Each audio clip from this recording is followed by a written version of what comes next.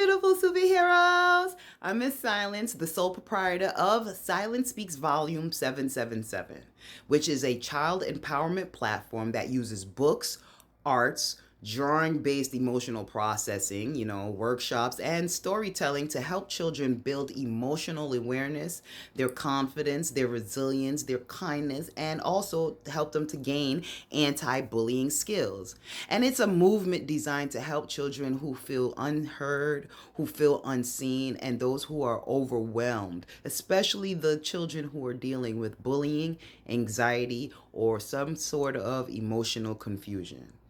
Now, inside my sessions, there's normally a reading buddies, drawing buddies. We have the silent sessions, children's devotional podcasts on YouTube, or even my silent sessions podcast on my Instagram. However, inside my sessions, drawing isn't just an activity. It's actually a doorway. It's you can call it what I would say a release valve, a safe place for kids to finally put down what they've already been carrying for such a long time.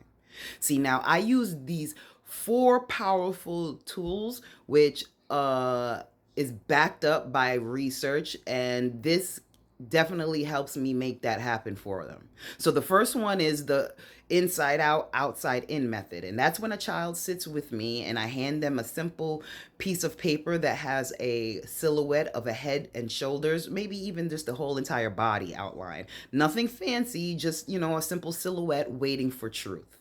Now, on the outside of that silhouette, the child will draw what the world sees, the smile that they force, the I'm fine, I'm good, I'm I, the tough skin that they have to wear to survive. Now, on the inside of that silhouette, that's when I will finally see what's real, because that's what they're going to be showing me. So inside of the silhouette, there may be they'll draw their inner feelings, their real feelings, that fear that they're actually experiencing, the anger, the confusion, the softness they protect because life hasn't been gentle to them.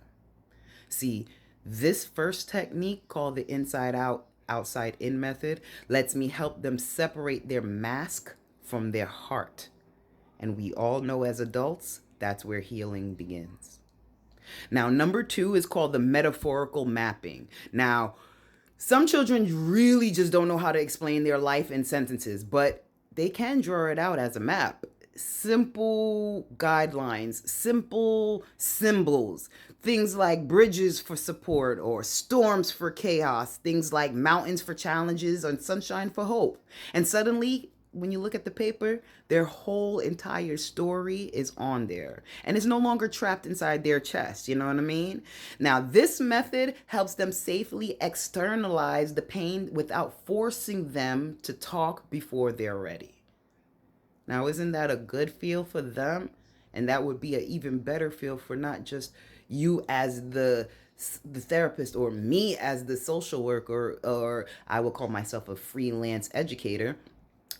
It's also helpful for that parent and everybody else who loves that child to see that that child is now smiling more, feeling more comfortable, feeling more safe.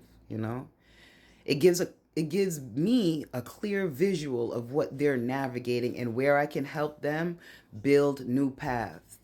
So now you have number three, which is a collaborative and or you can call it a dialogical drawing. Now this one is it's fairly powerful for the resistant, the shutdown, or the nonverbal children. So basically, we're drawing together on the same exact paper. So I will make a mark first, and then they'll respond by adding a shape, a line, anything. They shift the direction, not me. So, and before they even realize it, we're communicating right there on paper with drawing, no words, you know what I mean? That's how we're building trust. We're sharing control in a way that feels safe and not scary. That this technique right here is going to break down walls without breaking the child. And we don't want to break the child because the child is already holding on to so much things. So we have, last but not least, number four, and that's called the trauma processing through drawing. Basically, when a child has lived there through chaos, their mind basically becomes cluttered with images that don't know how to be organized, and or they don't know how to organize their mindset with all the overwhelming thoughts that start to appear.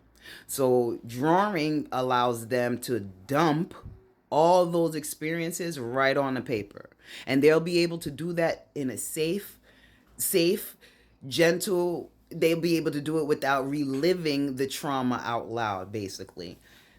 So some children don't really want to speak, and they don't know how to formulate their sentences. They don't know where to start, and drawing it out will help them do that safely, gently, and that's what we want for the child. Then I will guide them through the next steps, which is observing that piece of paper, containing the things that they have put on there. We're going to reshape it and even transform it. This gives them back a sense of, control over a story that once controlled them. Now, why parents, schools, community leaders should start choosing my program? Because I don't just do art. I use structured therapeutic drawing methods that help children express what they can't verbalize, especially children ages 8 through 12 who are stuck between, childhood emotions and preteen pressure. I can help them release their emotional clutter, understand their inner world, build emotional understanding, build emotional vocabulary, regain control over their narrative, feel seen without even being forced to speak before they're ready. And we all know that this is emotional healing. And what I do is I disguise it as creativity. And it works. So choose me. DM me today, comment healing down below, and let's get started. Have a good day.